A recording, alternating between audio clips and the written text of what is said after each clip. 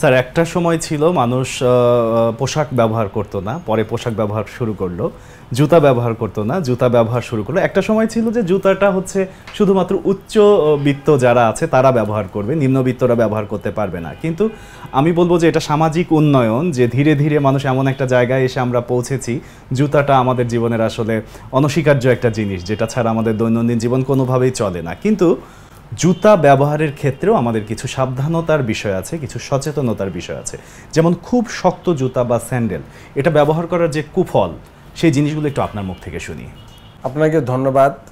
প্রতিদিন আমাকে কোমর ব্যথা রুগী দেখতে হয়, হাঁটুর ব্যথা রুগী দেখতে হয়, পায়ের তলার গোড়ালির ব্যথার, মানে আমাদের মেরুদণ্ডের নিচের অংশে যতগুলা ব্যথা হয় তার মধ্যে জুতা ওয়ান অফ দ্য কজ। আমাদের মা বোনদের যত কোমর ব্যথা তার 50% হচ্ছে জুতা।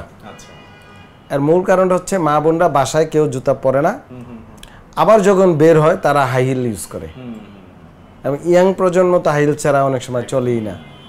তো এই যে জুতার ব্যবহার, এ থেকে তাদের কোমর ব্যথা হয়, মাংসপেশির ব্যথা হয়, তারপরে পায়ের তলার ব্যথা হয়, এগুলো একটা কমন সমস্যা। এখন আসেন, এই জুতা আবার আমাদের প্রবাসী ভাই বোনেরা ওখানে সেফটি শু ব্যবহার করতে হয়, বাংলাদেশেও সেফটি শু ব্যবহার করতে কিছু কিছু ক্ষেত্রে।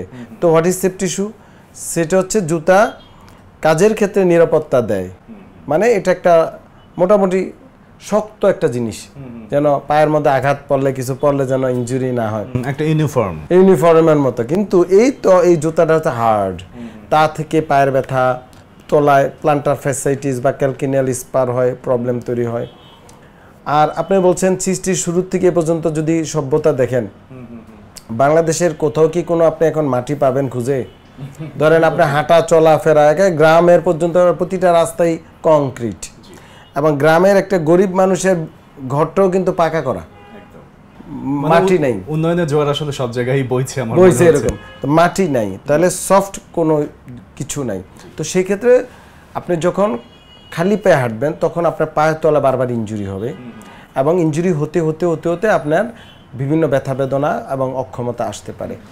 তো এই ক্ষেত্রে জুতার ব্যবহার আছে। এখন জুতা পরবেন কি, আসলে কোন জুতা পরবেন, কি জুতা পরা উচিত, এটা খুবই ইম্পর্টেন্ট। আমি বারবার বলি, যাদের ফ্লোর পাকা, মেজ পাকা বা পাকাতেই চলাফেরা করতে হয়, বা লোহার উপরে হাঁটতে হয়, বা কংক্রিটে হাঁটতে হয়, তারা অলওয়েজ জুতা ইউজ করবে, এবং সফট জুতাটা কোনো ব্র্যান্ডের, আমি কোনো কোম্পানির প্রোডাক্টের প্রমোশন করতে আসিনি, যেই কোম্পানির জুতার তলা সফট সেটা ইউজ করবে।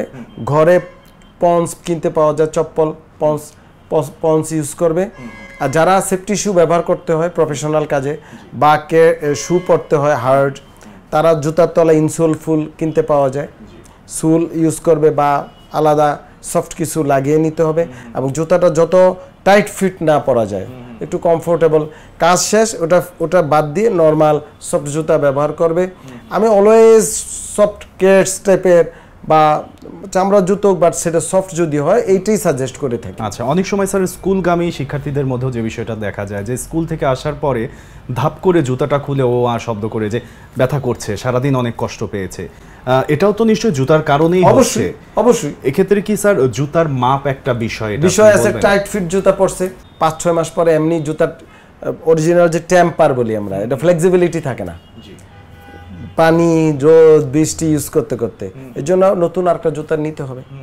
তো এই জুতার থেকে আসলে অনেক প্রবলেম হয়। সো আমাদের এই একটা সচেতনতা যদি আমরা ডেভেলপ করতে পারি, সফট জুতা ব্যবহার করতে পারি, আমরা 50% পেইন, পায়ের তলার ব্যথা, কোমর ব্যথা এখানে কমিয়ে ফেলতে পারবো।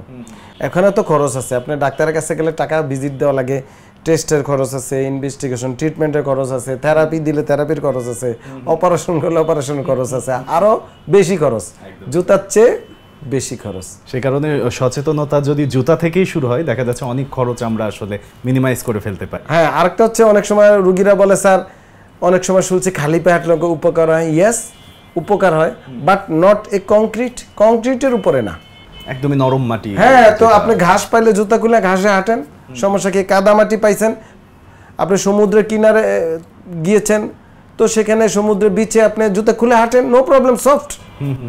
বাট আপনার ওই কথাটা ঘরের জন্য বা রাস্তাঘাটে যেখানে হার্ড সেটার জন্য প্রযোজ্য না।